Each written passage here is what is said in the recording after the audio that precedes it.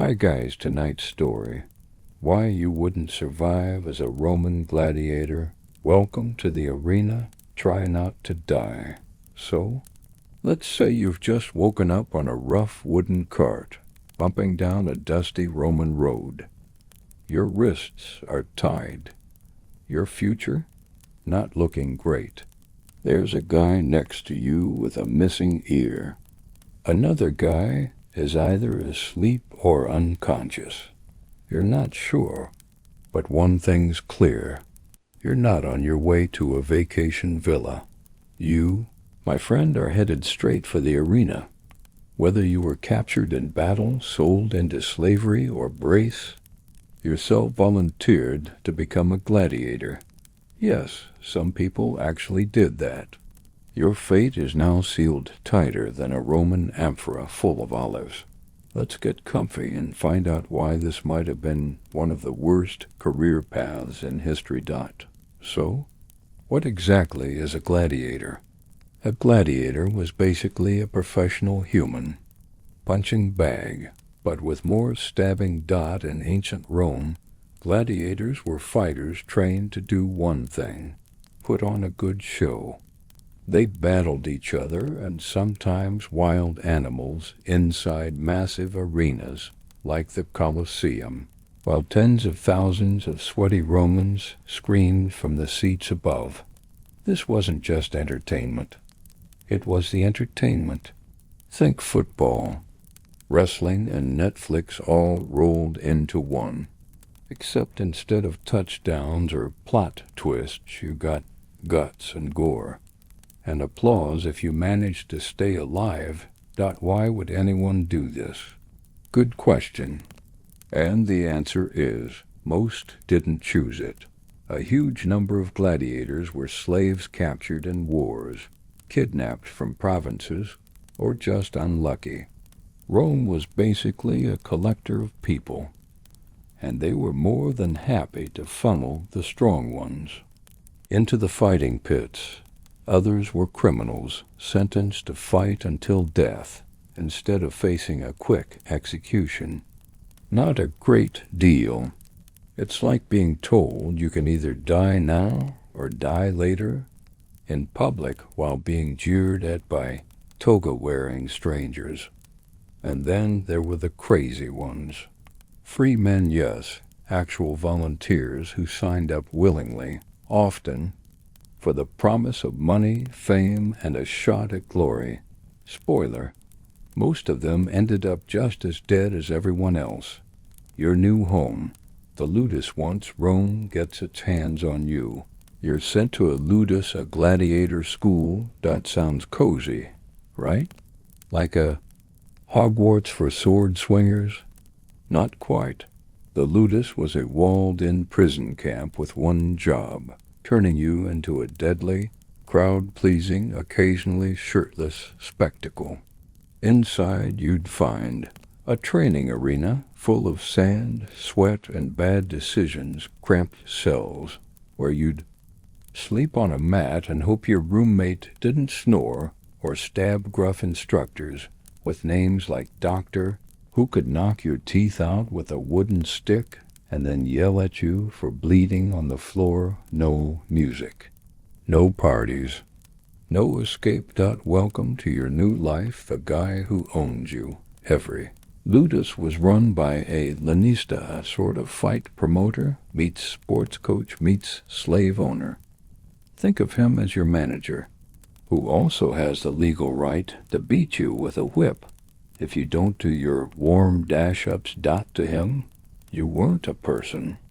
You were an investment, like a prized racehorse with more emotional baggage. He fed you, trained you, named you something dramatic like Maximus the Doomy, and hoped you wouldn't die too quickly, because dead gladiators don't pay off. Some lanistas were cruel, others were just greedy, but none of them cared if you had hopes, dreams, or bad knees. The diet of a champion, sort of. Here's something weird. Gladiators were surprisingly well fed. Not out of kindness, of course. Just logic. You can't entertain the mob if you faint from hunger halfway through a spear duel. Most gladiators ate a ton of beans, barley, and carbs. They even drank a strange calcium-rich bone ash tonic to help with healing. Imagine drinking powdered bones with water and pretending it's for muscle gain. So yeah, you might have had Abes, but you also had worms that let the games begin once you finished training, or at least stopped accidentally slicing your own foot. You were ready for the arena. You'd be suited up in your gladiator gear, which could be anything from full armor to just a loincloth and a weapon, depending on your style. More on that later, and then it's time to go out and do the thing no one really wants to do, fight for your life.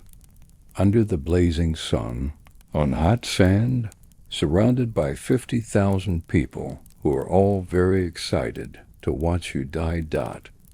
Oh, and if you mess up, the crowd might boo. Or worse, they might chant for your execution. And if the emperor's in the stands, he might give the famous thumbs down, or was it sideways? And that's all she wrote or screamed. In Latin, you're not expected to live. Here's the comforting part. The Romans didn't expect you to live long. Most gladiators only fought 2 to 3 times per year, because that's how long it took to heal or die, whichever came first.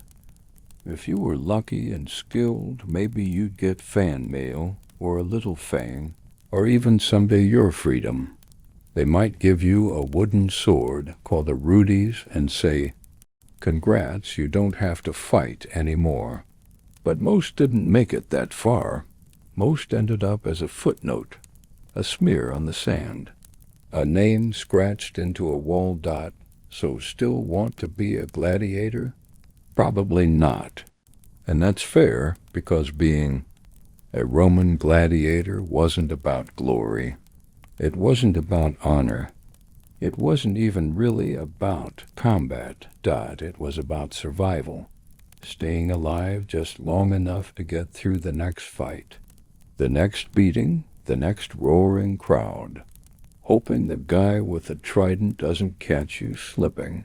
And as you lie there, under the torchlight of your tiny cell, muscles sore, stomach full of barley stew and dread, you start to wonder if this was the worst idea you've ever had. Your property now. The life of a slave gladiator, so. You've made it through your first few days at gladiator school. Congratulations, you're still breathing. You haven't passed out during training, and no one's tried to feed you to a lion yet. But before you get too comfortable with your new life of exhaustion, blisters, and vaguely threatening bread rations, it's time to understand a little something about your status in Roman society, which is to say, you don't have one, because you, dear listener, are no longer a person. You are property. Bought, owned, leased, sold. You're basically a meat sword with legs, and the Roman Empire, it owns the rights to every swing, grunt, and drop of sweat. You produced how you got here. Let's rewind for a second. How does someone end up a gladiator slave? Simple. The Romans had a lot of ways to acquire people. Maybe you were a prisoner of war, dragged from a battlefield you didn't ask to be on a criminal, sentenced to the arena because you stole bread or insulted someone in a fancy. Had a slave sold by your owner to make some quick cash, or again, a volunteer, but let's not dwell on that poor decision. Either way, someone paid money for you. A lanista, most likely a man who bought and trained gladiators.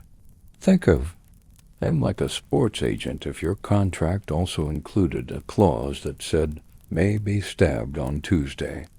You were inspected, poked, prodded, maybe even made to flex a bit while someone sized up your ribs. Then they slapped a price on your head and loaded you onto a cart headed for the ludus. You're not a person. Your inventory. The brand now that you've arrived at Gladiator School. Your new owner wants to make sure everyone knows you belong to him. How? With a hot iron, of course. Many gladiators were burned with a symbol, initials or mark showing which ludus they belonged to. Right on the arm, the leg, or even the face. A permanent reminder that you're not free, and not likely to be anytime soon. Sleep tight. Welcome to the barracks. Your home now is a long, dimly lit room packed with the grunts and snores of other tired men. The air smells like sweat, old sandals, and that one guy in the corner who clearly has an infected wound. These are your fellow gladiators. Some have been here for years, some just days. All of them know one thing. You might be training partners today, but tomorrow you could be standing across from each other in the arena, swinging sharp things at each other's faces. But for now, you're stuck together in the same narrow bunks, eating the same barley stew, and praying the roof doesn't leak during storm season. The Lanista, your new boss, owner. Your Lanista is the one running the show. He controls your food, your training, your fighting schedule, and whether you get the good sandals or the ones with mysterious stains. To him, you're a line in his account book. You cost money to buy. You cost money to feed. And if you die too, quickly in the arena, that's a bad investment. So strange as it sounds, it's actually in his best interest to keep you alive, just barely, healthy enough to fight, not healthy enough to escape. Some Lanistas were strict but fair. Others were brutal tyrants with a love of yelling. All of them had whips, and none of them cared if you missed your family or used to be a poet. You can be rented out sometimes. You wouldn't even be fighting. You'd be hired out like a party trick. That's right, wealthy. Romans sometimes rented gladiators to show off at dinner parties. Not for combat, just for decoration. Like having a tiger in your living room, except this one sweats and tries not to make eye contact. You might be forced to flex your muscles, recite your kill count, or pose dramatically while someone eats grapes, and compliments your biceps, humiliating, absolutely better than getting stabbed. Slightly, the rules are, there are no rules as a slave. Roman law didn't really apply to you. You had no legal rights. You couldn't marry, own property, or even refuse a fight. If your owner wanted you to duel with a bear while blindfolded, well, you'd better start learning how to fight bears in the dark. You could be punished, whipped, starved, locked up, or worse all, at the discretion of your Lanista or the local authorities. And if someone killed you, that was damage to property, like breaking a window. So don't expect justice, mercy, or a refund policy.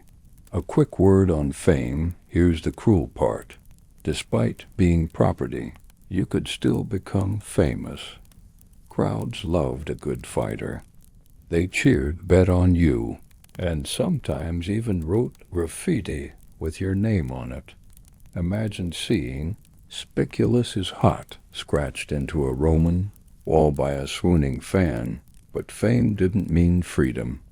You could be beloved by the crowd and still get executed if the emperor was having a bad day, or sold to a different ludus, or forced into one last final match that absolutely no one walks away from. The lucky ones, sort of. Very occasionally, a gladiator might earn enough wins and crowd love to be granted freedom. This was called manumission. And if you survived long enough, your lanista or the emperor might reward you with a little wooden sword called a rudis, symbolic but meaningful. You'd be free. But then what? You're a former slave, covered in scars, with no family, no home, and no job training, except, really, good at stabbing. Retirement wasn't exactly relaxing. Sleep, well, property of Rome, so, as you roll onto your straw-filled mattress, one eye on the ceiling and one ear tuned to the snores and occasional whimpers around you. Try to remember, you're not a citizen. You're not a soldier. You're not even a name anymore. You're an investment, a gladiator in training, a body with a price tag. And tomorrow, you'll wake up, eat your beans, strap on your training gear, and try not to lose a tooth before lunch, because the Empire's got big plans for you, and none of them involve rest. Wake up, bleed, repeat. Gladiator training. So, it's barely dawn. The sun hasn't even peeked over the rooftops of Rome, but the sky's already a pale gray, and the dust in your nose tastes like yesterday's sweat. Somewhere in the distance, a rooster crows, or maybe that was someone groaning after falling out of a bunk. Either way, it's time to wake up. Again, time to train. Again, time to get bruised, battered, and shouted at by a man who smells like boiled leather and disappointment. Because you, my friend, are deep into the glamorous world of gladiator training, and it's every bit as brutal as you'd expect. The day starts early and loud. There's no alarm clock in ancient Rome, just the sound of wooden sticks banging on the barracks door, and someone yelling something deeply unpleasant in Latin. You roll off your sleeping mat, joints aching from yesterday's session. The guy in the bunk next to you has a black eye. You have no idea who gave it to him. Could have been the instructor. Could have been the door frame. Nobody asks. Everyone just lines up. Outside, the training yard is already buzzing. The sand's still cool, but you know it won't be for long. The instructors, called doctors, are already pacing, holding sticks and looking bored but dangerous, like they'd love an excuse to whack someone, and you just might be that someone today. Wooden swords first. Real pain later. You don't start with real weapons. Oh no, first you get a wooden sword of Rudy's. Heavy, awkward, surprisingly good at giving you bruises. In weird places. The idea is to build up your strength and technique without, accidentally slicing someone's ear off before breakfast. You swing it over and over, against a post, against the air, against your own sense of self-worth. You're not allowed to stop until your arms feel like wet spaghetti. Then you do footwork drills, side steps, lunges, dodges, all under the watchful eye of the doctor, who corrects every move with either a sharp bark or a sharper slap from his training stick. You're sweating by sunrise. Meet the Palus, your new best friend, your main sparring partner, at least in the beginning, isn't another human. It's a wooden post called a Palus. Think of it like a very rude tree. You hit it. Practice your strikes over and over, 1,000 times a day. If the lanista's in a bad mood, the Palus doesn't hit back, but it also doesn't complain, which is more than you can say for the guy next to you who keeps muttering about his dislocated shoulder. Some days it feels like the Palus is winning. Lunch break? Not quite. After hours of drilling, you're finally granted a break, which isn't really a break. It's more like catch your breath while we yell at someone else. You sit in the shade, chug some lukewarm water, and maybe nibble on a hunk of barley bread or lentil mash. It's not delicious. It's not even warm, but it's got protein. Sort of. If you're lucky, they throw in some fruit. If you're really lucky, it hasn't already been nibbled by a rat. Then it's back to the yard. Sparring. Try not to hurt each other too much. In the afternoon, it's sparring time. Now you're facing off against another gladiator in training. Wooden weapons, padded shields, and very little in the way of rules. You're told to practice specific moves, strikes, blocks, trips, counters.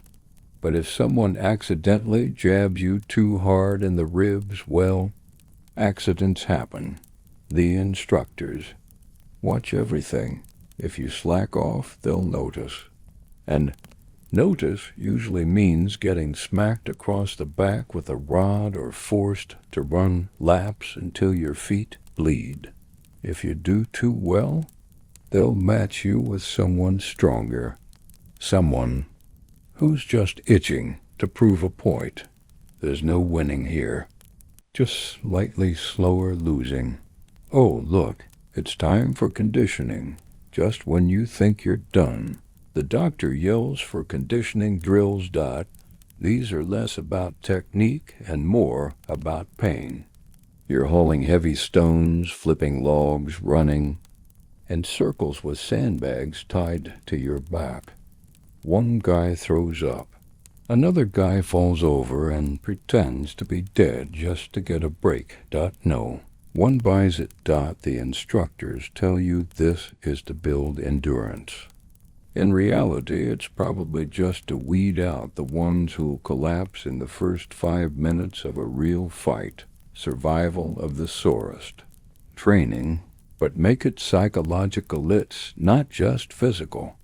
There's a mental game, too. You're taught to be silent when ordered, to obey without hesitation, to keep your eyes down unless you're in combat, to look fierce in the arena, even when you're terrified inside. They teach you how to die dramatically. Yes, that's a real thing, because if you're going to die, it better look good for the crowd.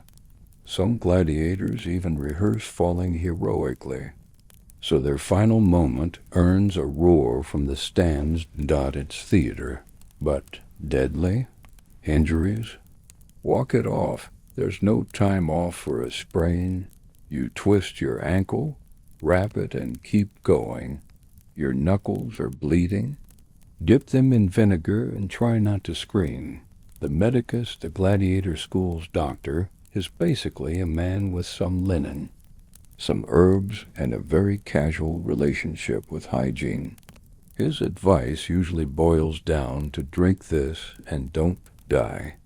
If you're really lucky, you might get stitches. If you're unlucky, you get an infection and lose a finger. Still have 8 more. Get back in the ring. Evenings. The only kind of quiet as the sun sets. Training finally ends. You limp back to the barracks, arms heavy, shoulders aching, brain numb. Dinner is more stew, always more stew. You eat in silence, not because it's polite, but because everyone's too tired to talk. Some guys whisper about their families. Others dream of winning enough fights to earn freedom. You just try not to fall asleep with your head in your food bowl again. Tomorrow, we do it all again. There are no weekends, no days off, no self-care Sundays. Every morning, it starts over. Train, bleed, heal, barely, repeat, because out there in the arena, the crowd doesn't care how tired you are. or how sore, or how much your shoulder clicks when you lift your shield. They just want a good show, and if you're not ready, well, there's always someone who is. Gladiator School isn't Hogwarts. You've survived another day of training. You're bruised. You're filthy. You've got sand in places sand absolutely shouldn't be. And as you collapse onto your straw mattress, one thing becomes painfully clear. This place? It is not magical, Dot. It's not a school full of adventures and friendship and enchanted ceilings. It's not Hogwarts. There's no kindly old wizard handing out snacks or sorting hats deciding your destiny.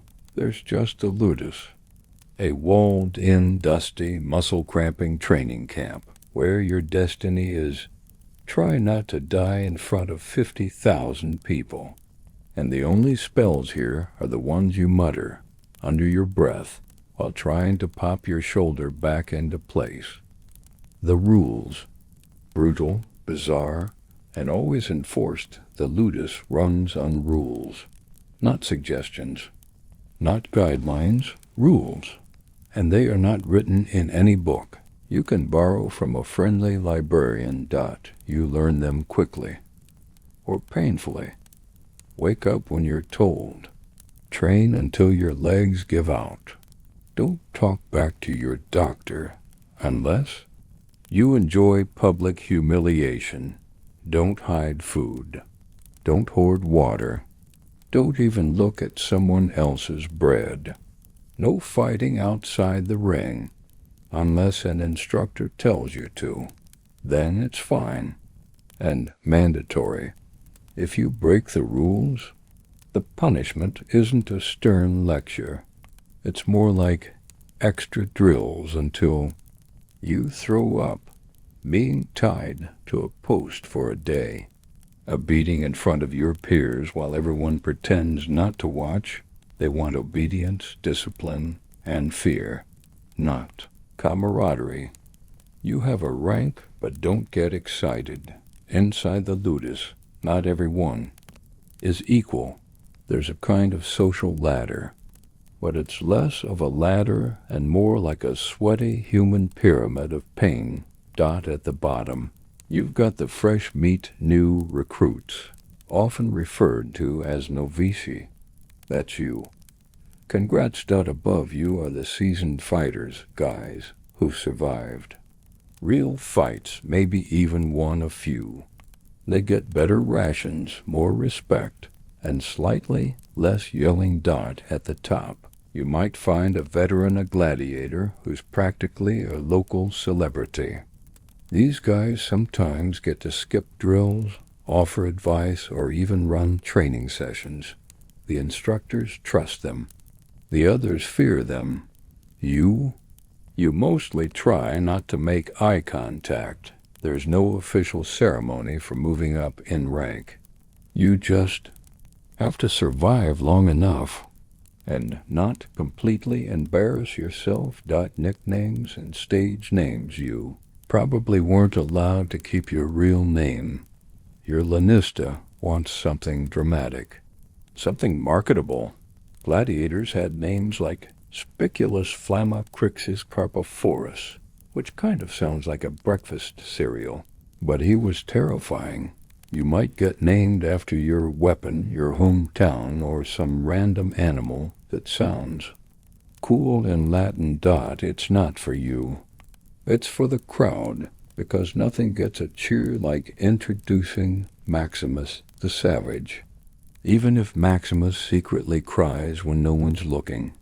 Training rooms, not classrooms. This isn't school, like you know. No books, no quills, no long desks with sleepy students and an overly enthusiastic substitute teacher.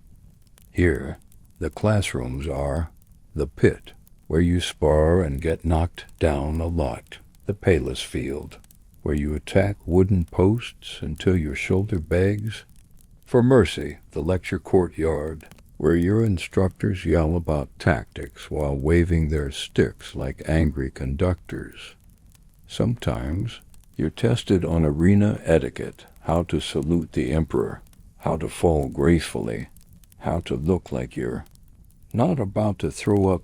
Fail those tests, and you get more training, or less food. Or both. Weapons 101. Learning your gear. Once your instructors decide you're not going to trip over your own feet, they start teaching you to use actual weapons. But not all gladiators get the same tools. That depends on your assigned fighting style. More on that in Chapter 5. You might be handed a short sword and a massive shield, or a net and a trident. Good luck with that. Maybe even a dagger, a spear, or a weird helmet with no eye holes. Every weapon comes with its own stance, strategy, and deeply inconvenient weight. You learn how to hold it, swing it, protect your weak spots, and when to yell dramatically. Because in the arena, how you look can be just as important as how you fight. There is no graduation, there's no final exam, no parchment with your name on it, no cap and gown, no awkward group photo with the class of probably gonna die this year. Graduating from gladiator school means one thing. You get sent into the arena. That's it. That's the reward. You've proven that you won't immediately trip and fall on your own sword. So now they get to dress you up and toss you in front of 50,000 people who want to see if you can survive a few minutes with someone who wants you dead. It's like being promoted from dishwasher to potential corpse. Exciting. A glimmer of brotherhood. Here's the thing. Even in this brutal place, there's something oddly human happening. You start to bond with the others. Not always with words. There's not a lot of idle chit-chat when your ribs are bruised, but in small ways. Sharing water when someone runs out, helping tie up someone's gear before a drill, laughing quietly when the doctor trips over a rock and pretends he didn't. Just not friendship. Not exactly, but it's survival. Together. A strange, reluctant kind of family, forged in sweat and silence and too much barley stew. Nightfall. Quite before the training yard goes quiet at dusk. The torches flicker. The air cools. You wash off what little you can eat whatever's been dumped into your bowl and lie down next to 30 other exhausted humans. Your body hurts. Your eyelids are heavy, but you know what's coming, because soon, maybe in days, maybe in weeks, your name will be called. Your gear will be handed to you.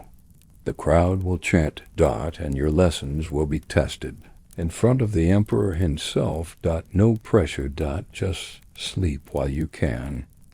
Know your flavor, the different gladiator types. So, you've learned how to fight, sort of. You've spent weeks getting smacked around with wooden swords, yelled at by sand-covered instructors, and eating more barley than any human reasonably should. Your shoulders ache. Your feet hate you. You know how to dodge, block, and dramatically fall to your knees while pretending you didn't just get hit in the spleen.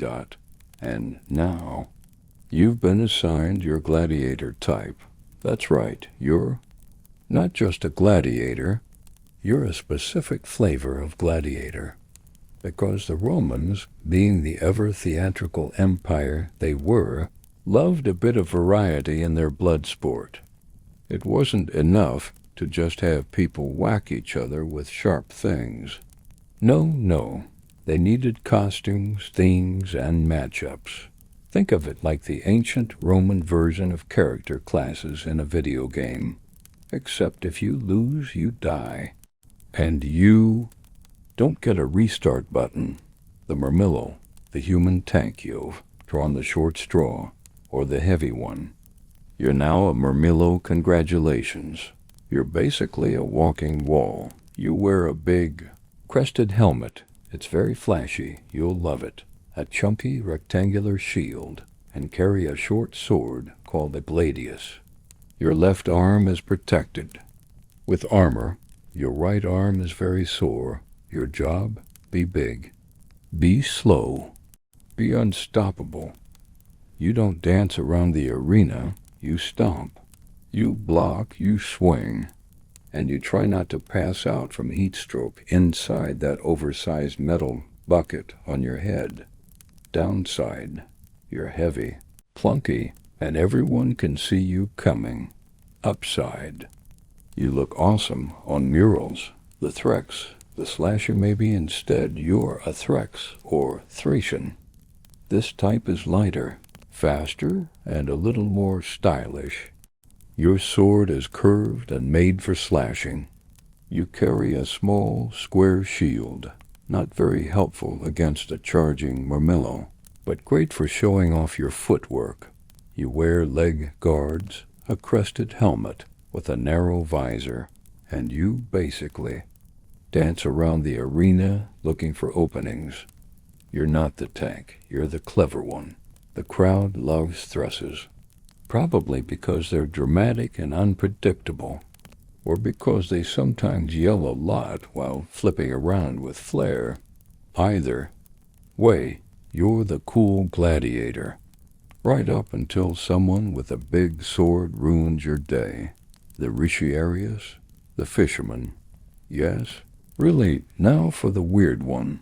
If you're unlucky enough to be a Retiarius, you'll be sent into battle with, wait for it, a net and a trident. No helmet, no shield, bare chest, because the crowd loves a good tan line. You're the lightest gladiator in the game, and you look like you got lost on your way to a fishing trip. But don't laugh just yet. If you're fast and clever, you can take down even the beefiest Murmillo. You throw the net, trap your opponent, jab with the trident, run in circles like your life depends on it, because it does. Downside, everyone thinks you're underdressed. Upside, if you win, you look like an underdog legend. The Secutor, designed to fight the Retiarius. The Secutor was made with one job: fight the Retiarius. You've got a smooth helmet with tiny eye holes, so the net doesn't get caught on it. You've got a gladius and a big shield, and you look kind of like a cross between a beetle and a nightmare. You can't see very well. Breathing is a challenge, and you're not winning any fashion awards. What if you catch that slippery fisherman? Oh, it's game over. The Secutor Retiarius matchup was a Roman favorite. It's basically brute strength versus speed and weird weapons.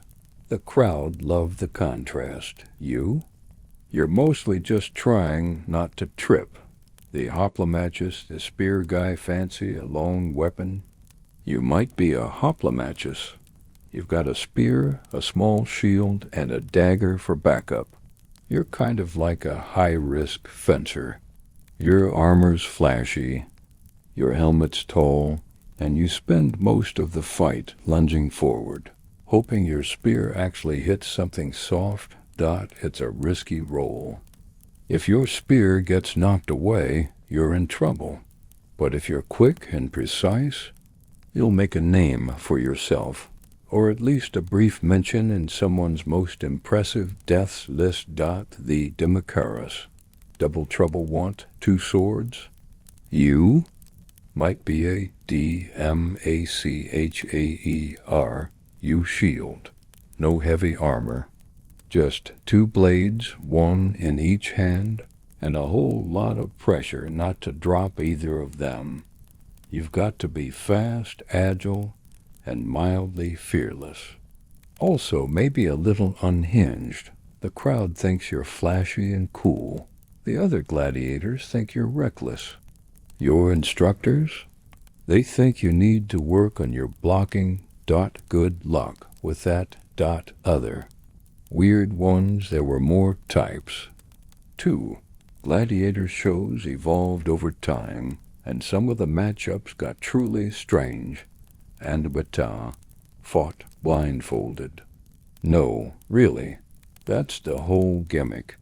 Equities fought on horseback, then dismounted for hand-to-hand. Horses were optional. Survival was not. Sagittary, archers. Yes, sometimes they let archers into the arena. Usually when someone important wanted a themed show, the Romans loved variety. They weren't picky about historical accuracy or safety. They just wanted drama, violence, and characters. And every gladiator was a character. Don't get to choose. Here's the catch. You don't get to pick your style. The Lanista chooses for you. Based on your build, your speed, your attitude, or just what slot they need filled that week. So even if you dream of dual swords and dashing moves, you might end up in 60 pounds of armor with a shield the size of a dinner table. You adapt, or you disappear. Every fight is a show, no matter your type. Your job is to put on a show.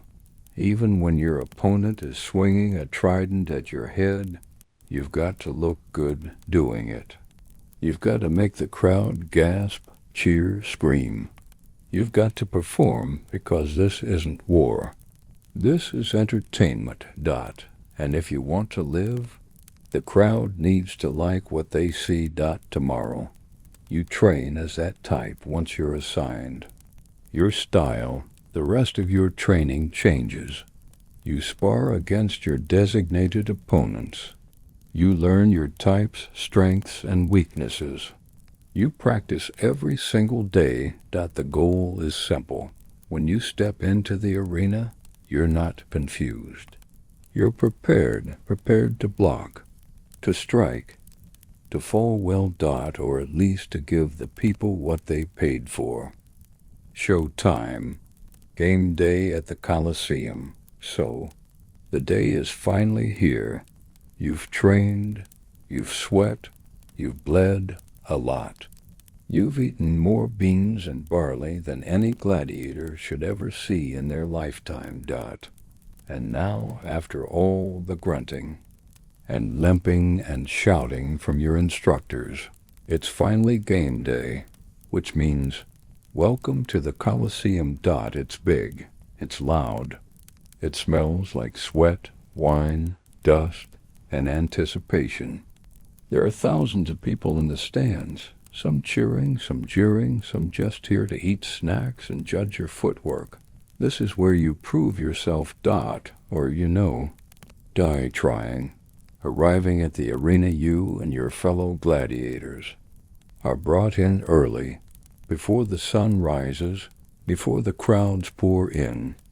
You're herded into holding cells beneath the arena, called the hypogeum, a damp maze of tunnels, cages, pulleys, and wooden platforms. You can hear lions roaring somewhere nearby. You pretend it's just your imagination. You don't speak much. Everyone's nervous. Even the veterans. You get your gear, your sword, shield, trident, net, whatever style you were assigned. It's polished, clean, heavy, real. And then you wait. Meanwhile, up top. Above you, Rome is getting hyped. The emperor might be there, or at least a senator or two. The crowds are rowdy. Kids are screaming. Vendors are selling wine, sausages, and weird fried things on sticks. There are musicians, trumpets, maybe even some dancers warming up the crowd. The games are a whole-day event. You're not the only entertainment. There will be animal hunts, mock sea battles, maybe even a bit of staged mythology. But let's be honest. What the crowd really came for is the gladiators. The opening act, Venetian's Beast Hunts.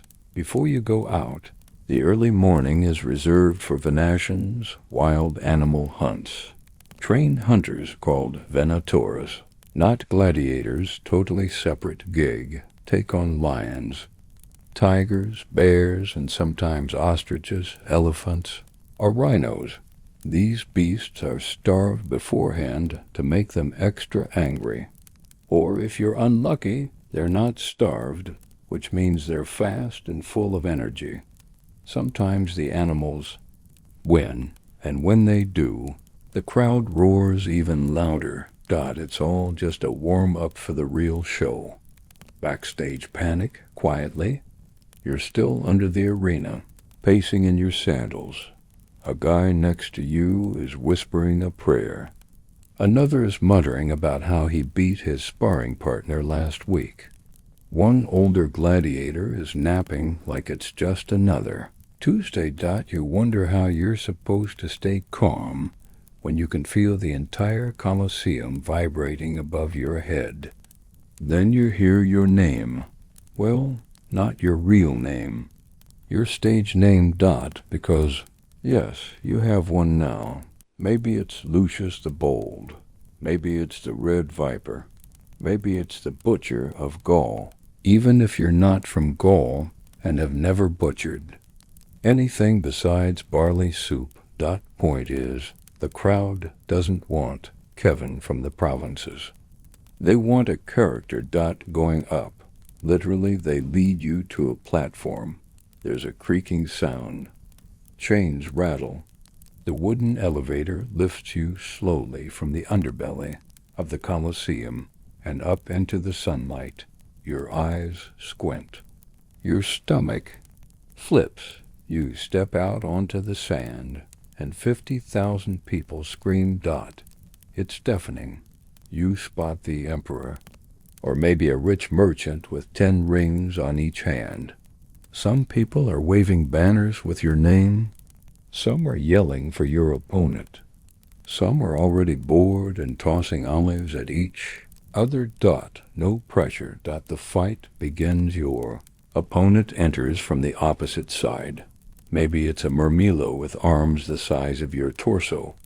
Maybe it's a Threx dancing from foot to foot with a curved blade and a smirk. Maybe it's a Ricciarius twirling a net like he's about to catch dinner. You nod to each other.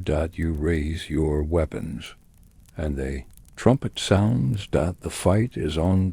Fighting for the crowd. You're not here just to win. You're here to entertain. If you stab too quickly and the fight ends in 10 seconds, the crowd will boo. If you run away the whole time, booed. If you trip over your own sword, laughed at. You've got to give them a story. So you lunge. You block. You stumble dramatically. You fake a near-fatal wound and then recover with flair. You twirl. You grunt. You slam your shield for effect. You're acting, you're fighting, you're praying, you're trying not to die. Blood, sweat, and sand, the fights are brutal. Weapons are real. Blood is real. Screams are very real, but not every match ends in death. Some do. Some don't. It depends on the match, the mood, and, most importantly, the crowd. If you fight bravely and lose, you might still live. If the people like you, they'll shout for mercy. If they don't, they'll call for your death with a thumbs down, or more accurately, a gesture called Palus Verso. The emperor listens. If he gives the mercy signal, you live to fight another day. If not, well, hope you made peace with Jupiter this morning. If you win and survive, you get your name announced loudly. Maybe a palm branch or a little prize, sometimes money, sometimes a crown made of leaves, which sounds more exciting than it is. You walk out of the arena limping, gasping, and covered in blood, some of it yours, some of it not. People cheer. People throw roses. You nod solemnly like you meant to do that all along. Back to the cells. Then it's back under the arena. Down into the stone tunnels. You might get a quick sponge bath, a bandage, and some wine if you're lucky. You eat. You rest. You replay every second of the fight in your head, especially the moment you almost got skewered in front of 1,000 screaming strangers. You survived. For today, tomorrow. It starts again. There's no rest for a gladiator. Tomorrow. More training. Another day in the sun. Another day on the sand. Maybe next time you'll be the opening fight. Maybe next time you won't walk out. But for now, try to sleep. The Colosseum will still be there when you wake up. The price of glory, injuries, scars, and probably infections. So you survived the arena. You didn't get gored by a trident. You didn't take a sword to the spleen. You didn't trip over your own sandals in front of the emperor. Congrats. But before you start high-fiving your fellow gladiators and planning your retirement, let's talk about the real aftermath of your little dance with death. The pain, the injuries, the scars, and oh yes, the delightful Roman infections, because life as a gladiator doesn't end with the fight. It just gets cured first. The obvious injuries. It's pretty hard to make it through a gladiator match without collecting at least a few new dents. Even if you win, chances are you've been sliced on the arm, bashed in the ribs, punched in the face with a shield, scraped across the knees, stabbed in some. Minor but important muscle group gladiators get bruised like bananas. Their bodies are basically a walking chart of what hurts and why. You're constantly sore. Your joints creak. Your back thinks it's 90 years old. And your knees? Don't even get us started on the knees. Battlefield medicine, Roman style. Now, before you get too excited, no, they're not calling in fancy doctors with clean tools and warm compresses. You'll be lucky if someone spits on a rag and wipes off your wound. Most of the time, the job of gladiator medic goes to whoever's least injured at the moment. There were actual medici, Roman doctors, sure, but they were a bit hit or miss. Some were great. Some thought mixing crushed snails with vinegar cured stab wounds. Some didn't believe in washing their hands. You might get stitched up with animal sinew. You might get bandaged and linen soaked in wine. You might just get told, walk it off. And don't even think about anesthesia. That wasn't a thing yet. Stabbed? Use spider webs. Believe it or not, Romans did have some clever wound treatments. One popular one? Spider webs. Yep. They'd pack fresh spider webs into cuts to help clot the blood. Apparently it worked decently, assuming the webs weren't full of dead bugs. They also used honey, antibacterial, vinegar, stingy but effective, boiled wool for bandages, and sometimes urine. We don't talk about that. It's a real patchwork approach. Sometimes it helped. Sometimes it just made things stickier. Infections, Rome's real killer, but here's the real danger. You didn't die in the arena, but you could die in your bunk the next day from an infected wound. Sanitation wasn't exactly top-notch. You're surrounded by blood, sweat, animal waste, and 40 other sweaty men sharing the same sponge.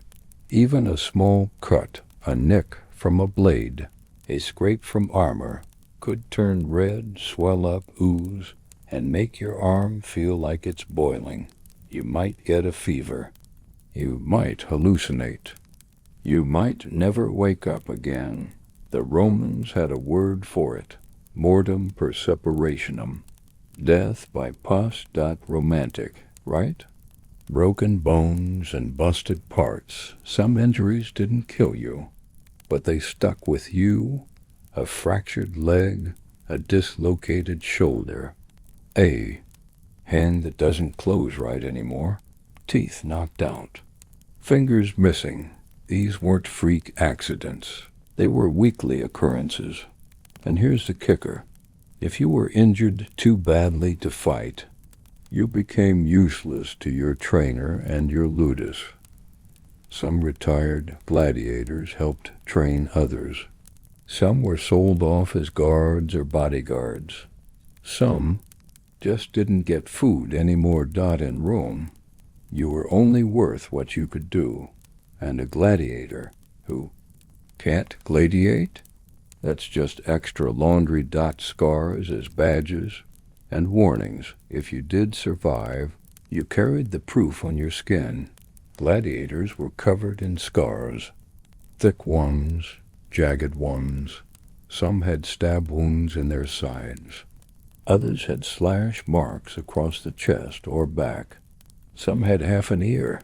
These scars were like a resume for pain. Some people in Roman society found them impressive. Others saw them as marks of shame, a reminder that you were once property, once trained to bleed for fun. Either way, you couldn't hide them. Not even under a toga. So you walked around forever branded by the arena. Pain is just a normal day. Over time, your body gets used to hurting. You wake up sore. You go to bed sore. Sometimes you sleep on straw. Sometimes you pass out mid-meal. You learn to ignore pulled muscles, swollen ankles, and the occasional black eye. Pain becomes background noise. Some gladiators developed their own remedies, from strange stretching routines to herbal pastes to just drinking until the room spins. It worked. Sort of until it didn't. The myth of the healing baths. Let's bust a myth. No. Gladiators didn't get to lounge around in hot marble spas after their matches, sipping wine and getting massages. That's for senators. You get a cold bucket of water. Maybe a slap on the back if you lived. And then it's back to chores, back to drills, back to sleeping on your side because your ribs still hurt. There were baths in Rome, yes, and gladiators might go occasionally, if allowed, but they weren't curling up with cucumbers on their eyes. They were scrubbing off blood while trying not to pass out. The emotional toll, yes. Even gladiators had feelings. No one talks about this part much, but imagine knowing every fight could be your last. Living in a constant cycle of anxiety, trauma, and performance. Watching your friends die in the sand and trying not to cry in front of 50,000 people. Gladiators were used over and over again, and even if they did survive, few lived long enough to enjoy it. Many died in their 20s. Some didn't even make it past their teens. So you want to be a gladiator? Still think the gladiator life is all glory and epic movie soundtracks? Let's review what you've signed up for so far. Pain, bleeding, infection, cracked ribs, unwashed medics. No privacy, no peace, and the constant reminder that your body is not your own, and yet you live, you fight, you heal, kind of. You do it again? Because in ancient Rome, that's what gladiators were for. Different flavors of pain, gladiator types and their weapons, so you're all bandaged up. Your bruises are turning a lovely shade of eggplant. And now you're ready to get back in the arena, just in time to learn that gladiators didn't. All fight the same. Nope. Ancient Rome had a whole buffet of brutality. A lineup of fighting styles with names that sound like rejected. Becoming evolutions. You didn't just get a sword and a helmet and a good luck, you got a whole persona. A combat class. A theme. Welcome to the Roman version of a fighting game. Only this one ends with someone face down in the sand. First things first. The system of types, gladiators, were divided into different categories, or armaturae. Each type had its own weapon, armor, fighting style, costume, weaknesses, of course. Some were fast and agile. Some were slow but heavily armored. Some had tiny weapons and big egos. Some had nets. Yes, nets. It was all designed for balance and entertainment. Think of it like a Roman chessboard, where each piece is bleeding. One. The murmillo. Big guy. Big sword. Let's start with the murmillo, the tank of the arena. Main weapon. A gladius, short sword, shield. Big, curved, rectangular shield, scutum. Armor. Heavy bronze helmet with a fish-shaped crest. Arm guard, shin guard style. Slow, strong, relentless murmillas were wall-like. They trudged forward behind their massive shields, absorbing hits and waiting for the perfect strike. They looked like someone crossed a Roman soldier with a soup pot. Their helmet had tiny eye holes and no ventilation, so it doubled as a personal sauna. But hey, fashion hurts. 2. The Threx. Fast and flashy on the other end of the spectrum. You've got the Threx, modeled after Thracian warriors. Weapon. Curved short sword, Sika. Shield. Small and square, Parmula. Armor. High greaves on both legs. Arm guard, helmet with a wide-brimmed style. Quick, agile, slash-eye Threx danced around the arena like a caffeinated mosquito, trying to find an opening. Their curved sword was great for hooking around shields, but that little square shield? Let's just say it was more decorative than practical. Great for parrying. Not so great for blocking a hammer to the chest. 3. The Retiarius. The guy with the net. Now we're getting weird. Meet the Retiarius, the gladiator who brought a net to a sword fight. Weapon. Trident and weighted net shield. None. Yes. 0. Armor. Just a shoulder guard and an arm wrap style. Fast, evasive, ranged, kind of. The Retiarius used his net to trap opponents, then went in with the trident. Stabby, pokey, annoying. This guy had no helmet, no chest armor, and nothing on his legs. Basically, he was wearing a beach towel and a dream. People either loved watching Retiari or thought they were wimpy and unfair. But make no mistake, that net could ruin your whole day. 4. The Secutor. The net hatter. Naturally, you needed someone to fight the Retiarius. Enter the Secutor, basically built to hunt net guys. Weapon, gladius shield. Large rectangular shield armor. Heavy helmet with smooth round top, so the net slides off. Style. Relentless. Grounded anti-neth secutors. Helmet had tiny eye holes, just enough to peek through. Kind of like looking out of a mailbox. Why so small? Because the Retiarius liked to stab faces. Fun. The Secutor had to be fast enough to close the gap, but durable enough to take a few pokes from a fork. They were like net-proof murmillos with worse eyesight. 5. The Hoplomachus. The try-hard. The Hoplomachus was styled after a Greek hoplite, a kind of ancient overachiever. Weapon. Spear and dagger shield. Small round one armor. High greaves, arm guard, crested helmet style. Versatile, stabby, technical, the hoplomachus was one of the more fancy types. They jabbed from a distance with the spear, and if things got too cozy, they'd switch to the dagger. They had to be good at everything: stabbing, blocking, dodging, switching weapons, looking cool. Problem was, their reach was great until someone knocked the spear out of their hands. Then it was just a guy with a dinner knife and some regrets. 6. The Demacharos.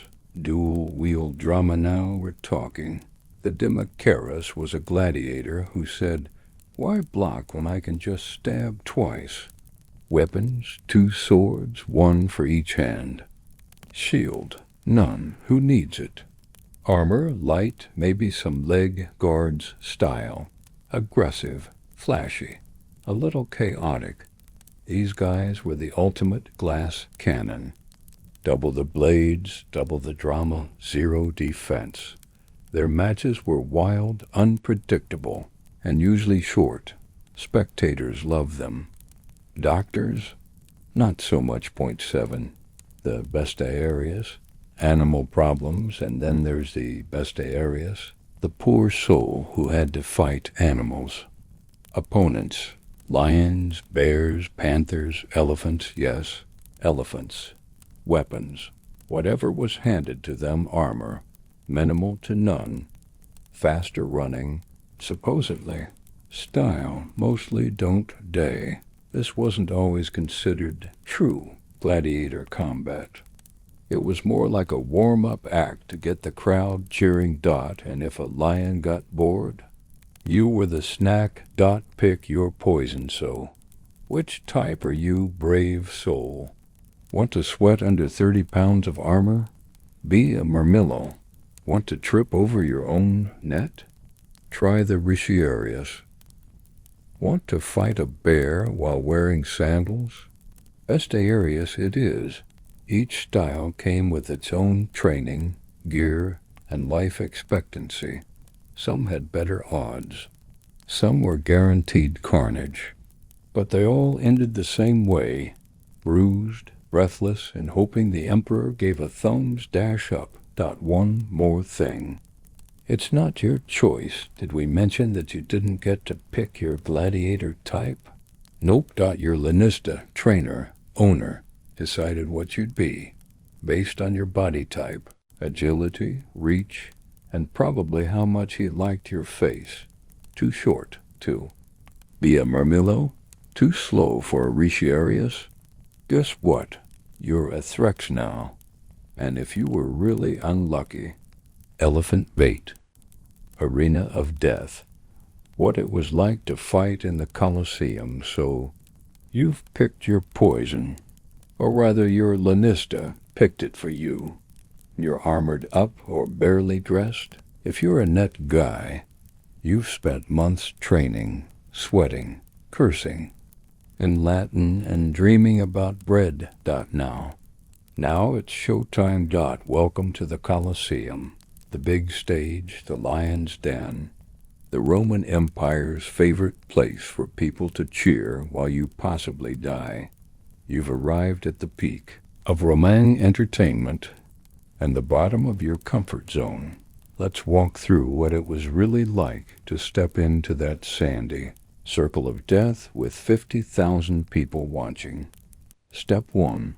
The morning parade of doom. Your fight. Day starts with a parade. Yes, a full-blown processional, complete with music, banners, and all the gladiators in their best armor, red, not covered in blood yet. This grand opening was called the Pampa. You're marched out with your fellow fighters while the crowd sizes you up like your cuts of meat at the butcher shop. The crowd is excited, the sun is blazing, and your stomach is doing flips like it's auditioning for the Olympics. Somewhere in the crowd there might be nobles, senators, the emperor, also bread vendors, toga-wearing gamblers, and that one guy who just really loves tridents. The smell hits first. The Colosseum is massive, towering tiers of seats, statues, and awnings. Stone walls echo every cheer, boo and bone crack. But before you see the blood, you smell it. Even before the fights start, the arena reeks of sweat, dust, spilled wine, warm meat, fear. Yes, it probably has a scent. There are animals backstage. Dead ones, live ones. Some that are half of both. The floor is made of sand, called arena, designed to soak up blood. You're basically walking into a sandpit of previous failures. Hope you brought sandals. The fights begin. But not yours yet. Early in the day. The games begin with warm-ups, not for the fighters, but for the crowd. They get animal hunts first. Bestiary fight bears, tigers, rhinos, and things you've never seen outside nightmares. If a hippo crushes a guy, cheers. Then come the executions. Criminals, prisoners, sometimes just unlucky folks the Empire didn't like. They're thrown in, dressed like mythological figures, and reenact stories. With real death. Fun for the whole family. Meanwhile, you're backstage, listening to the roar of 50,000 people, reacting to someone's final moments. Your hands are shaking. You're praying to Jupiter, Mars, or any god currently taking requests. Time to fight. The gate opens finally. It's your turn. You're led into a tunnel, a long, dark corridor. Your feet clack on the stone. The air gets hotter, and then you step into the sunlight. Your eyes adjust. The crowd comes into focus. Thousands of people are screaming, chanting, pointing. You spot a vendor selling fried dormice. Then you spot your opponent. He looks way too calm. No referee. No rounds. Just you and survival. The rules? There aren't really any. There's no time clock, no weight class, no tap out.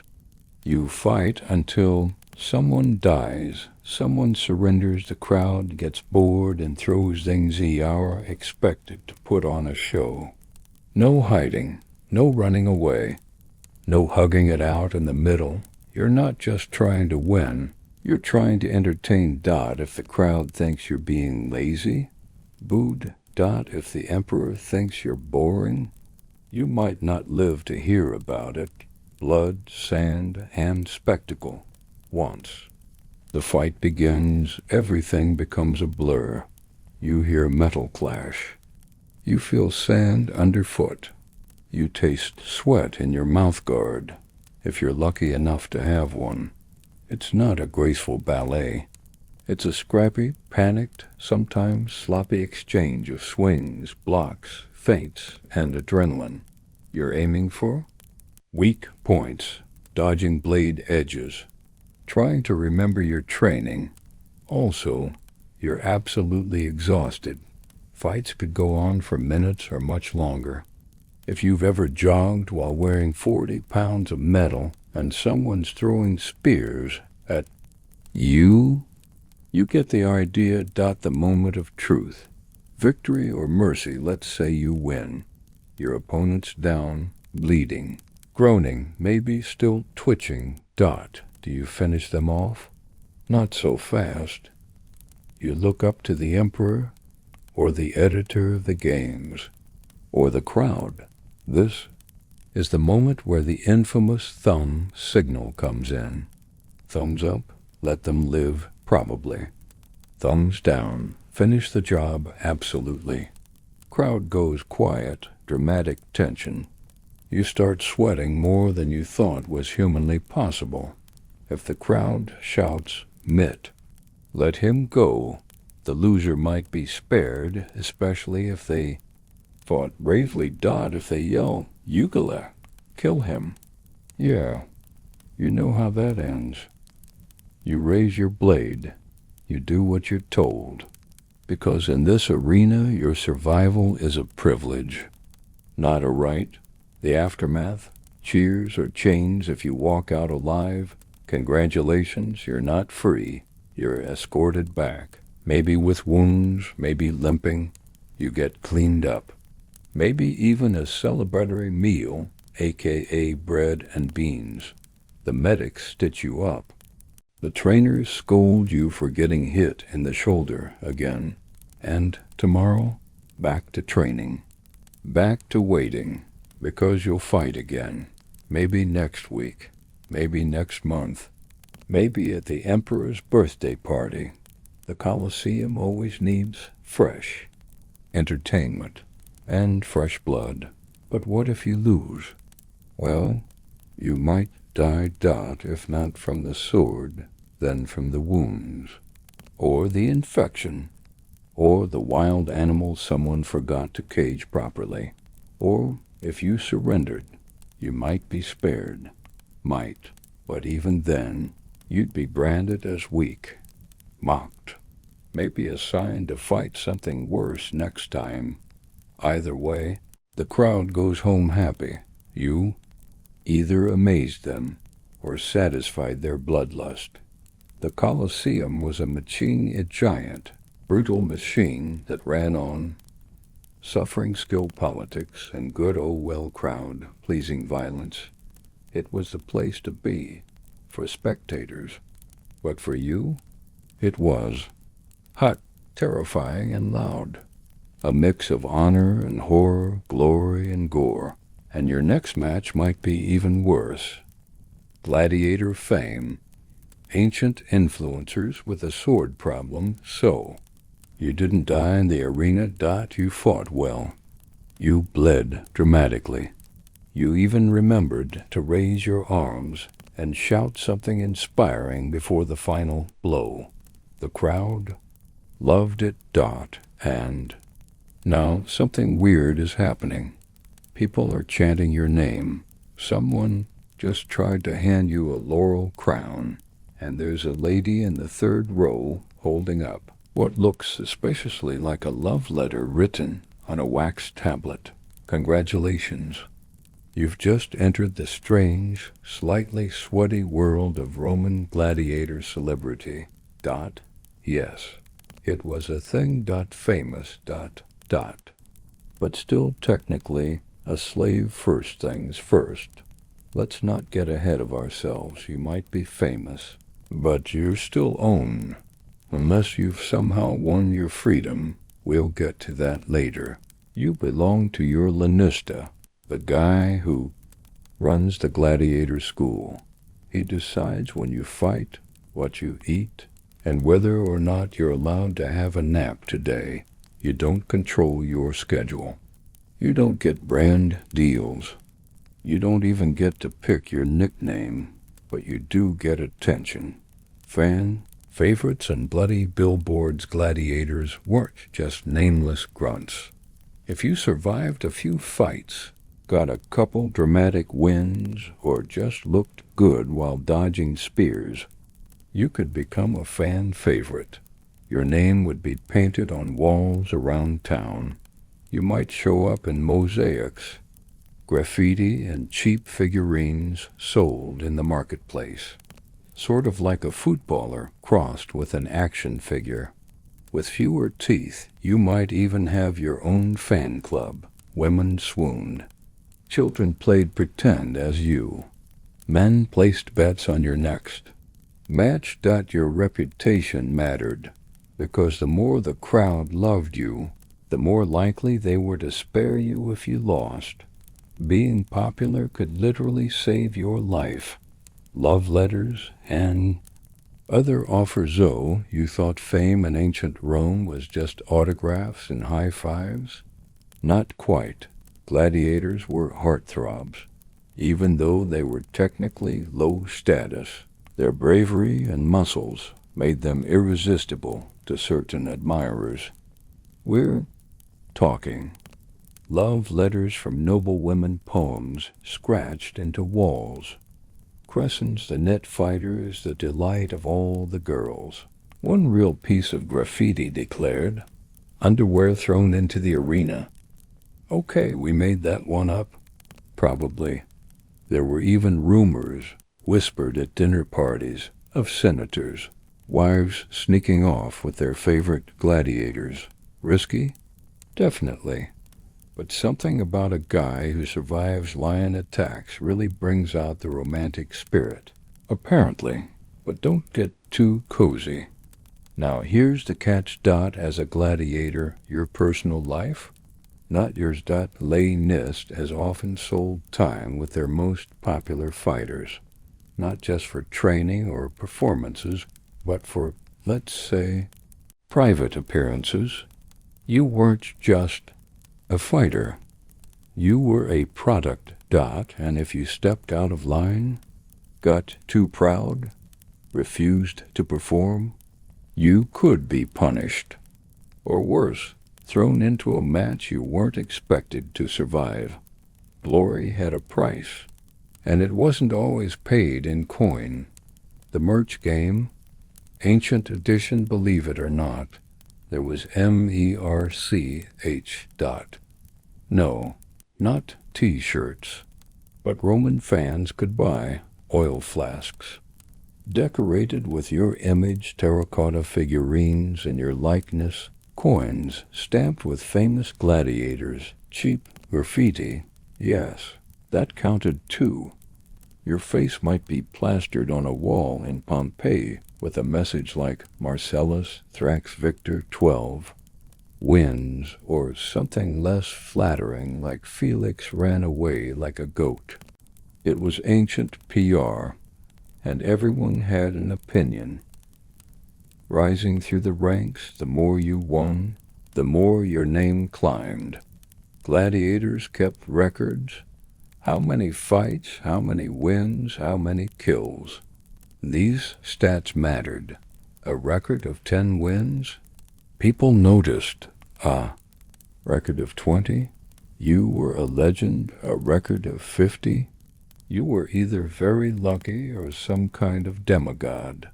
If you got far enough, you might even be awarded a wooden sword called a rudes, a symbol of your freedom. It meant you were no longer a slave. You were now a former gladiator, a free man, and possibly hired to train others. Or, weirdly enough, to fight voluntarily. Yes, some gladiators chose this life. Let's pause for a second. Because some men, free Roman citizens, even chose to become gladiators. Why? Fame, fortune, a shot at glory. These guys were called octorati. They signed contracts with the arena in exchange for training, a chance to fight, and maybe a better life than farming rocks in the provinces. They got paid. Not much, but enough to tempt someone who had few other options.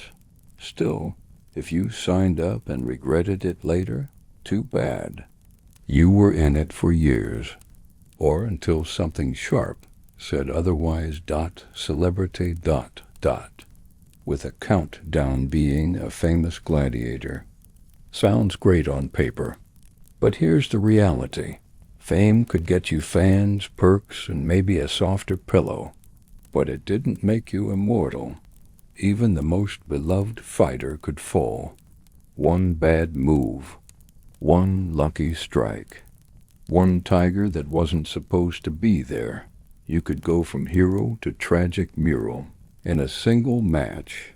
There were no comeback tours, no memoirs, just the hope that someone remembered your name correctly when they carved it into a rock.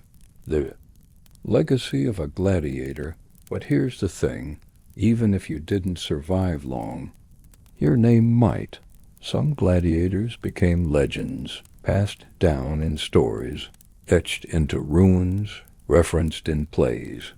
People still talk about Spiculus, the favorite of Emperor Nero Flamma, who was offered freedom 4 times and refused Carpophorus, a beast slayer who reportedly defeated 20 animals in one day. They weren't gods. They weren't generals. They were fighters, performers, survivors. For a brief blood-soaked moment, they were stars, but you You're just getting started, you're still fresh. A few wins under your belt, a few scars on your chest, maybe a fan or two who thinks you're cute when you bleed. Fame is knocking. But so is your next match. And remember, the Colosseum loves to build up heroes. Just so it can watch them fall. The longest odds, gladiators versus animals. So, you fought men. You fought nets. You've even fought that guy with the trident who definitely took things too personally. But now, it's not a man waiting for you in the arena. It's a lion, or maybe a bear, or a leopard, or a pack of wild boars that have just been released from a suspiciously creaky wooden cart. Either way, today's matchup is less sword versus sword, and more you versus several thousand pounds of annoyed wildlife. Welcome to the Venatio, the animal hunt. And no, you are not the hunter. What even is a Venatio? A venatio, was a staged animal fight. Gladiators, hunters, or condemned criminals were sent into the arena to battle exotic beasts. Think Roman wildlife safari meets blood sport. No binoculars. Just sandals and screaming. These events were huge crowd. Pleasers. Why? Because the Romans were equal parts curious and deranged. Also, they'd never seen an elephant before, and this seemed like a great way to learn what one looked like. While it stomped a guy, where did all these animals come from? Glad you asked. The Roman Empire stretched far and wide. That meant they had access to lions and leopards from North Africa, tigers from the east, bears and wolves from Europe, elephants and rhinos from deep Africa, crocodiles. Yes, crocodiles from the Nile, giraffes, zebras, hippos. Just for fun, they were trapped, caged, and shipped across deserts and oceans to make their grand entrance in Rome. Sometimes they even died before the show started, from heat or hunger. But hey, logistics weren't exactly humane in 78C. So, do you have a weapon? Yes, technically. You might be given a spear, javelin, or a short sword. Maybe even a trident if someone's feeling theatrical. If you're lucky, you'll get a shield. If you're unlucky, you'll be tied to a post in the center of the arena. Why? Because the audience wants drama. And the most dramatic thing of all is watching it terrified. Man try to outsmart a panther with nothing but a pointy stick and some creative zigzagging. How did this start? The whole animals in the arena thing kicked off around the 2nd century BCE. Over time, emperors realized that importing wild beasts and letting them loose in front of a cheering crowd was an easy way to gain popularity. Julius Caesar once staged a show with 500 lions. Emperor Commodus, the Gladiator movie guy, liked to shoot ostriches with arrows while dressed like Hercules. These events weren't about sportsmanship. They were about power. Rome was showing off. Look at all these exotic creatures we control, and look how casually we kill them. Were gladiators actually meant to win? Sometimes, but often, not really. The fights weren't always fair. Gladiator might be pitted against multiple animals at once, or ones that had been starved, wounded, or agitated beforehand to make them extra aggressive. The point wasn't always victory. It was spectacle. The crowd wanted to see you dance, dodge, panic, and maybe, just maybe, land a killing blow against something 3 times your size. Some fought back brilliantly, despite the odds. Some gladiators pulled off miraculous wins. There are stories of fighters slaying bears with a single thrust, men dodging charging bulls like ancient matadors. One guy who supposedly killed a lion and a leopard in the same match. With a broken spear they were praised, rewarded, occasionally even spared. But let's not romanticize.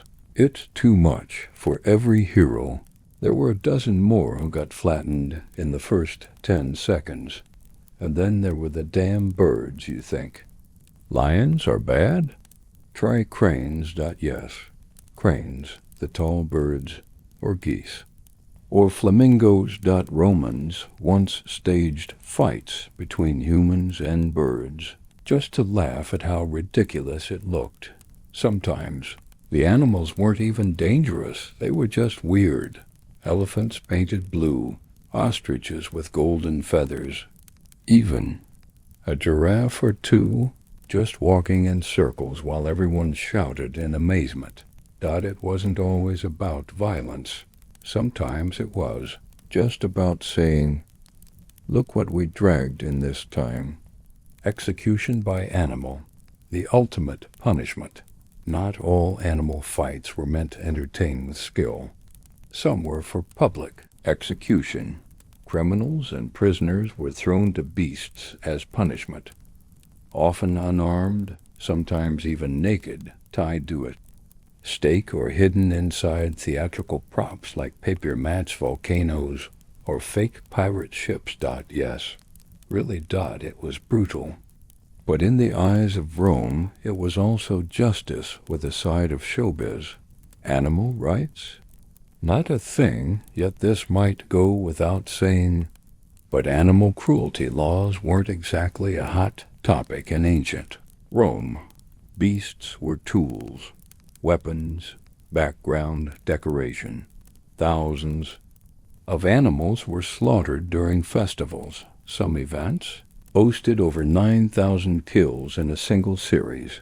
Species went locally extinct in parts of the empire because Rome couldn't get enough fresh stock for the next big show.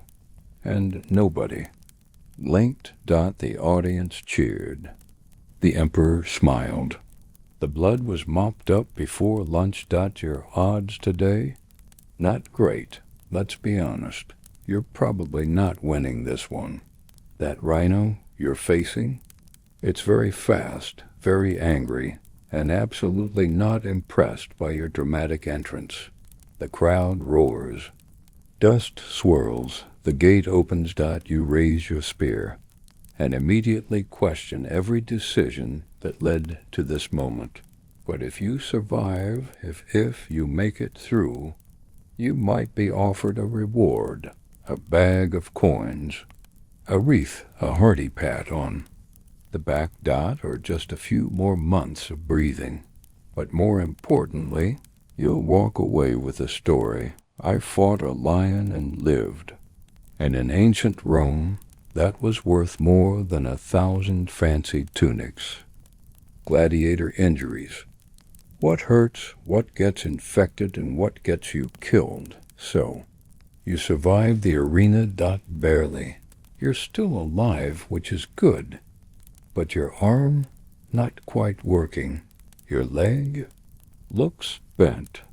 And that scratch on your side is starting to smell weird. Welcome to the glamorous afterlife of a gladiator match. The part where everything hurts and nothing heals properly. Let's take a cozy, uncomfortable stroll through the many ways your body might fall apart as a professional. Sword sponge. Let's talk wounds. The classics first up, the crowd favorites. The greatest hits of gladiator injuries. Puncture wounds from swords, spears, tridents, and the occasional thrown javelin. Lacerations. Long, nasty cuts from bladed weapons or accidental collisions with the arena's walls, props, or another guy's face. Blunt force trauma from maces, hammers, shields, or just being thrown by a lion. Happens more than you'd think. Broken bones, ribs, arms, shins, anything you might use to block an attack and fail at it. Joint dislocations, especially common if you trip and land wrong, which you absolutely will on sand, blood, and scattered helmet bits. If you're lucky, none of these are instantly fatal. But give them a few days. Ancient Rome had more bleeding than bandages. And now, the real killer. Infection. Here's the thing about wounds in the 1st century. They don't just heal. They fester. No antibiotics. No antiseptic. No clean tools. No idea that maybe we shouldn't reuse that sponge on 8 different people. Even small injuries could become deadly. You might hear the word sepsis. Romans didn't, but they absolutely died from it regularly. A cut on your leg becomes a purple, oozing mess. A nick on your arm becomes swollen and feverish. That spear wound in your gut? Well, let's just say things are leaking. Roman.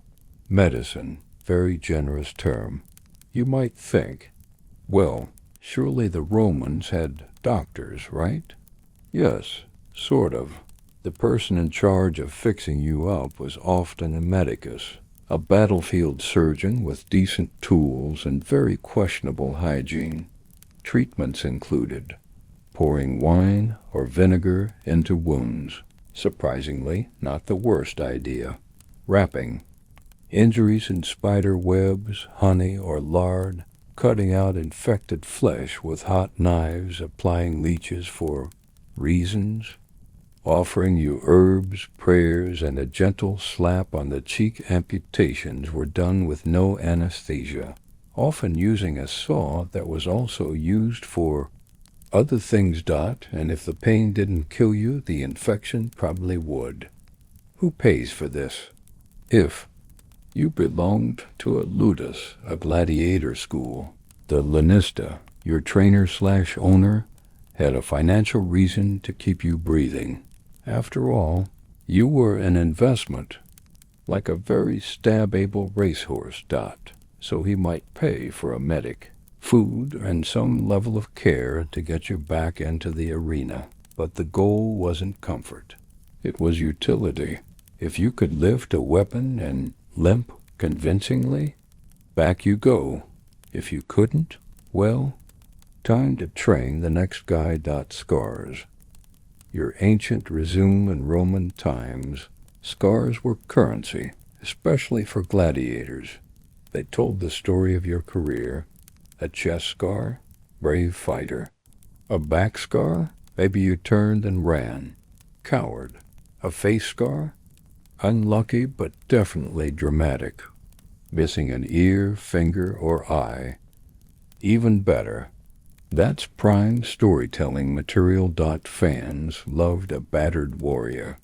The more damage you wore, the more honor and street cred you carried. Unless you died, of course. Then it was just a lot of effort for one cool statue. Injuries off the field? Absolutely. It wasn't just the arena trying to kill you. Training was brutal. Slipping during practice equals concussion. Getting hit too hard equals cracked ribs. Tripping over someone's helmet equals sprained ankle and extreme embarrassment. Arguing with your lanista equals broken nose, or worse. Injury was part of daily life. Healing was a luxury. Sleep was rare. Your body didn't just hurt after matches. It never stopped hurting. Mental health, not invented yet. Let's take a wild guess and say fighting to the death repeatedly probably wasn't great for your mental well-being. But in ancient Rome, there was no word for PTSD, no therapy, no deep breathing exercises. You had fear, you had nightmares, you had grief over the friend who died yesterday and the guy you're supposed to stab tomorrow. But you dealt with it by drinking, yelling, trying not to think about it, staring blankly at a wall, or if you were lucky, writing terrible poetry and hoping someone noticed. Some gladiators retired, sort of a few gladiators, survived long enough to retire. If they were famous or favored, they might be released from service and given a wooden sword, the symbol of freedom. They'd live out their days teaching new fighters, or drinking heavily or telling kids. Back in my day, I took a trident to the liver and still won. But most didn't make it that far. Injuries added up. Fast. A bad leg, a slow arm, a single wound that wouldn't close. One day you're limping into the arena, and you don't limp back out, So, would you survive? Let's say you've been gashed by a curved blade, slammed into by a rhinoceros, bandaged by a man named Gaius, who smells like pickled onions, feverish for 3 days straight, coughing up something. Green chances are you're not fighting. Tomorrow, you're probably dying quietly in a dark cell while the crowd outside cheers for the next match. The show goes on. Just not for you. Fame, fans, and fatal adoration. Gladiators as Roman celebrities. So, you've survived a few fights, you've collected some scars, you've avoided dying by wild animal, sharp blade, blunt object, and food poisoning so far. And now, people know your name. Welcome to the part of the gladiator story nobody talks about enough. Fame. Yes, you're still technically a slave or a prisoner. Yes, your job is still getting stabbed. But now the crowd loves you. And in Rome, that kind of adoration is a double-edged sword. Let's tuck into the strange world of ancient arena celebrity. Arena rock stars, minus the tour bus. Some gladiators weren't just survivors, they were stars. If you were good at not dying and better at making it look cool, the crowds noticed. They cheered your name. They threw flowers, sometimes even clothes. Ancient groupies were committed. Romans loved a good underdog, even if you started as a nameless captive. A string of dramatic victories could turn you into a household name, a living legend who walked the line between hero and bloodsport entertainment. The merch game was real, believe it or not. The Romans had fan merchandise. They made tiny figurines of popular fighters, wall graffiti that declared love for certain gladiators, oil lamps shaped like helmets, cups, and plates with gladiator portraits, and coins stamped with famous arena faces. You couldn't sell your own merch because, well, you were someone else's property, but it still spread your name like wildfire.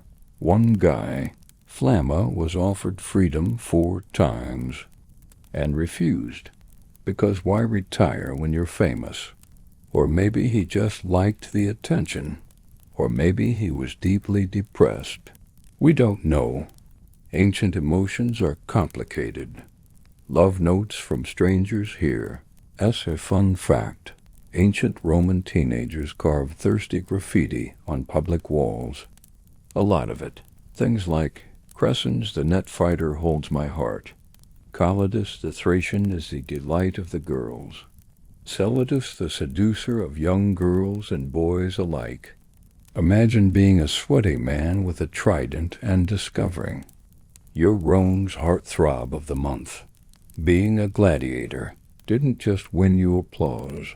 It got you admirers. Sometimes very intense ones. Dating as a gladiator. Not ideal now. Did that adoration lead to relationships?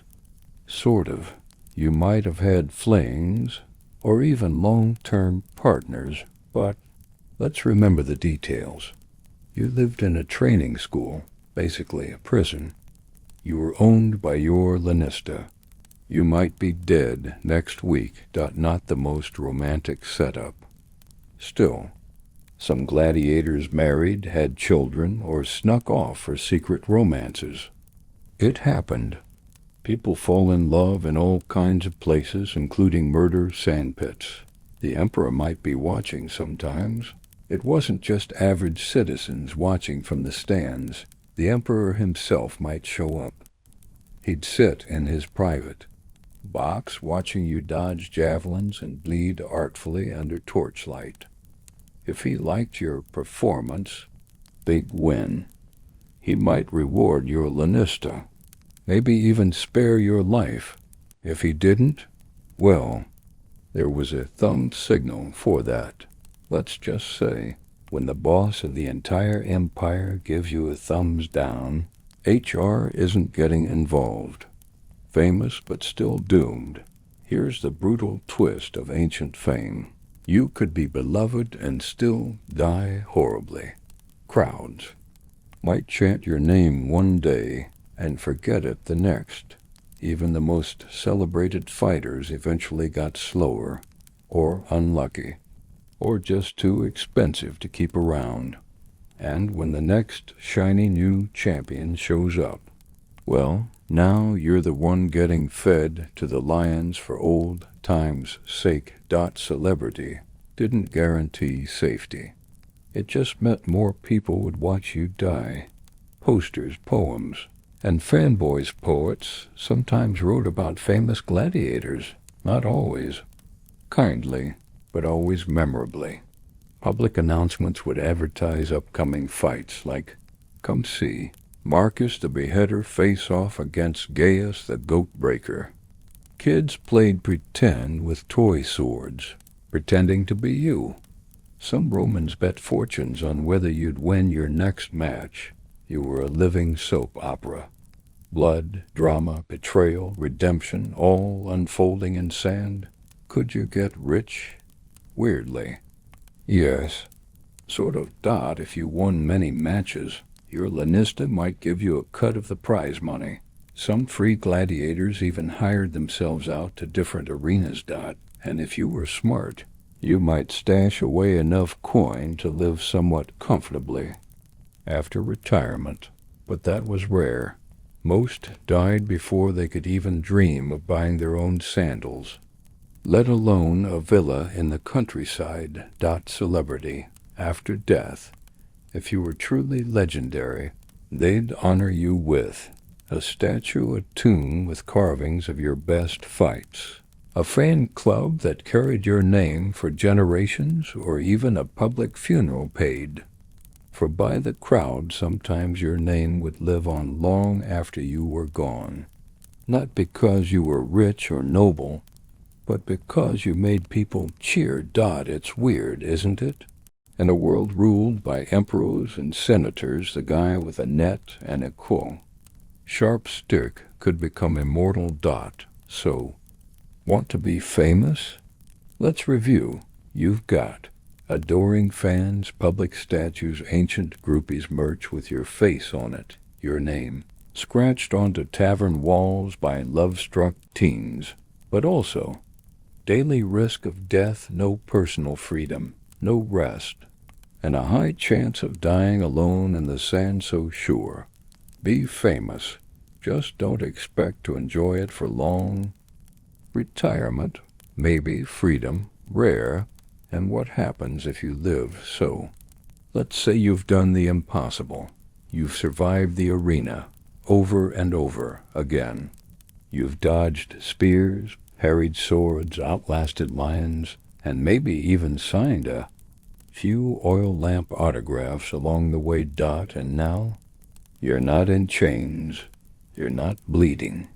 You're not famous because you died. You're still here. Which raises a sleepy but important question. What happens to a gladiator who lives? Well, it's complicated. The rudiarius. That sweet, sweet wooden sword first. There's the dream of freedom. The golden ticket. The finish line. The moment every arena rat dreamed of, even if most never got close.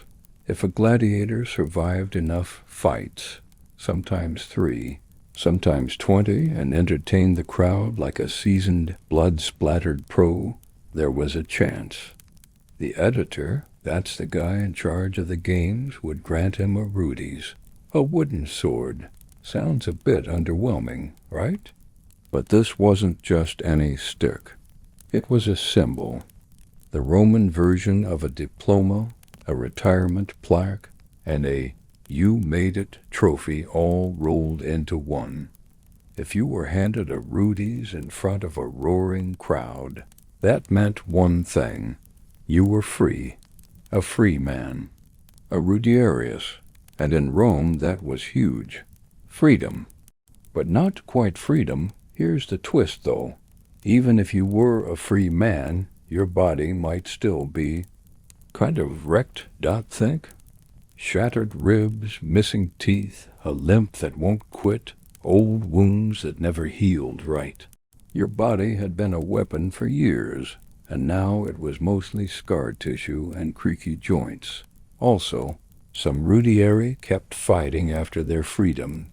Why? They got paid, finally. The fame was addicting. They didn't really know how to do anything else.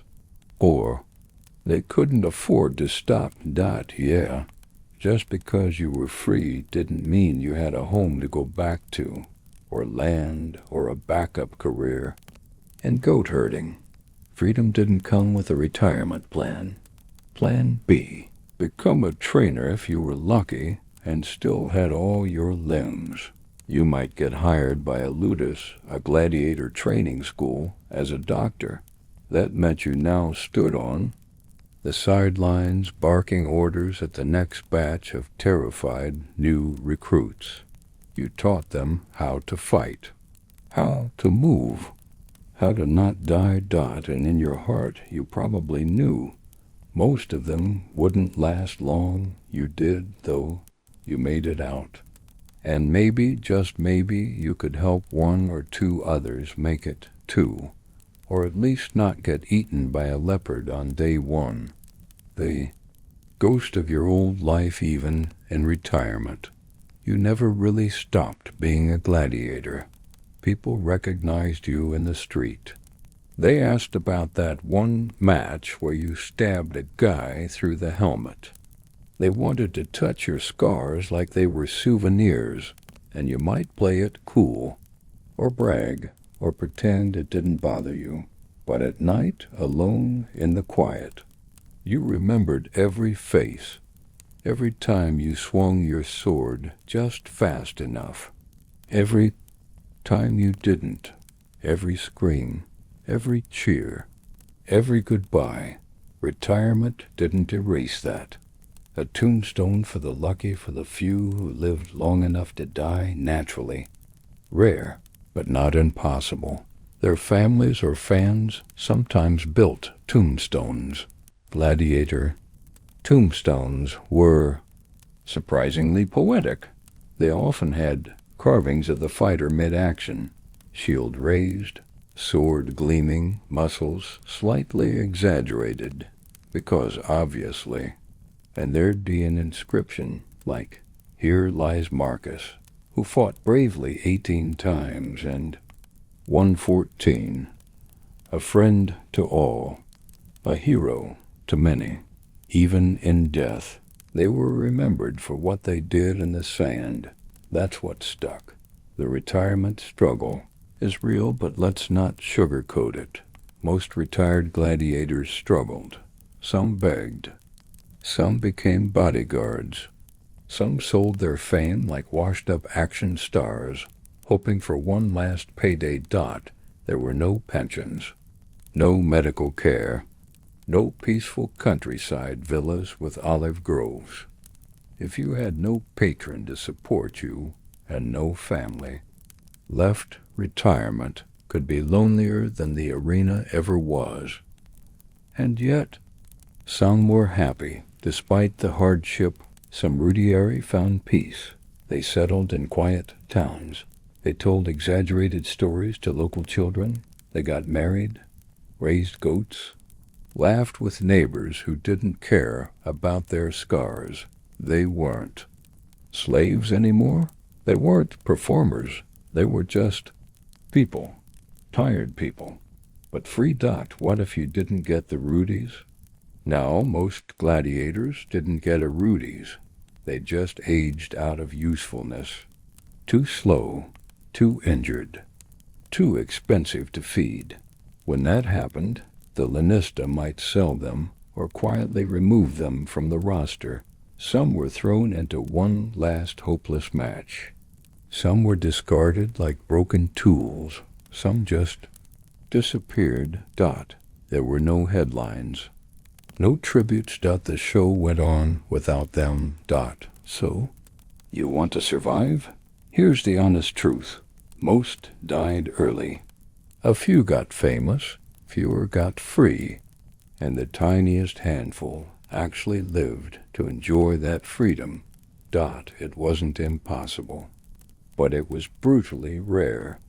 Still, in a world that offered you so little, the dream of survival, of walking away, was everything. A slim, flickering light in the middle of all that sand and noise and blood. Your wooden sword if we gave you a Rudy's right now, a small wooden sword, light in your hand, carved with your name. What would it mean?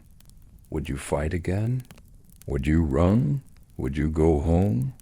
Or would you finally feel like you had one? It's just a stick, but to a gladiator, it was everything. The legacy of the arena, what gladiators left behind. So, you fought your battles, you've survived lions and lava-hot sand. You've dreamed of freedom, held your wooden sword, maybe even lived long enough to limp into retirement. Now the arena is behind you, but the world, our world, still remembers. Let's take a sleepy stroll through the dusty legacy of gladiators. What they left behind, what they became, and why somehow we still haven't stopped talking about them. Echoes and stone walk through the ruins of the Colosseum today, that massive hulk of arches and shadows in the middle of modern Rome. And its quiet birdsong, tourist with audio guides. A breeze. What if walls could talk? They'd scream, roar, chant names. That's where it happened. Thousands of fights, thousands of lives, lost, won, broken, glorified. And beneath the Colosseum's floor, where trap doors once sprung open to release leopards or chariots or some unlucky guy in a novelty helmet, you can still sense it, the tension, the heartbeat of the games, the ghost of every gladiator who stood there, waiting for the gate to rise. Gladiator graffiti and fan clubs. Gladiators weren't just fighters. They were celebrities. They had fans. Real ones. In cities like Pompeii, ancient graffiti still survives. Celadus, the Thracian, makes the girls sigh. Crescens, the net fighter, is the delight of all the ladies. They were painted on tavern walls, scratched into columns, and whispered in BATHHOUSES. There were even merchandise items. Oil lamps shaped like gladiators, toys, little bronze figurines. The Roman version of action figures. It's weirdly familiar, because gladiators weren't just warriors. They were the main event. They were brutalized and admired at the same time, kind of like modern athletes, but with fewer endorsements and way more stab wounds. The language we still use. Ever heard someone say he met his match, or talk about someone's fighting spirit, or throwing in the towel? A lot of these ideas go back to the arena, even if the words have softened with time. The word arena itself comes from the Latin arena, meaning sand, because sand was used to soak up blood. Yeah, that's a cozy image to drift off with. Huh? And we still talk about people being warriors or gladiators in tough situations, even when they're just surviving Tuesday, because the idea of the gladiator stuck with us, not because it was noble, but because it was raw, real, messy, human. Hollywood got it mostly wrong, but we kind of love it anyway. Let's be honest. When most people think Gladiator, they picture Russell Crowe yelling at a crowd, or someone slow motion stabbing a tiger. And hey, it's not entirely wrong there were tigers, but Hollywood gave us clean battles, big dramatic speeches, and slow, noble deaths. Real gladiators fought in silence, grunted, sweated, died fast, often scared. It wasn't beautiful. It was work. It was survival. But even the myths, the exaggerations, say something about us we want to believe in courage, in underdogs, in the power of standing your ground, even if the truth was grittier. The gladiator's lesson. Spoiler, it's not just about swords. Here's the thing that stays with you after learning about gladiators. It's not the swords, or the sand, or the lions. It's not even the blood. It's the will. The way they kept getting up. The way they didn't have a choice, and still, somehow fought like they did. Most weren't volunteers. They didn't choose glory. They chose survival. Every single day.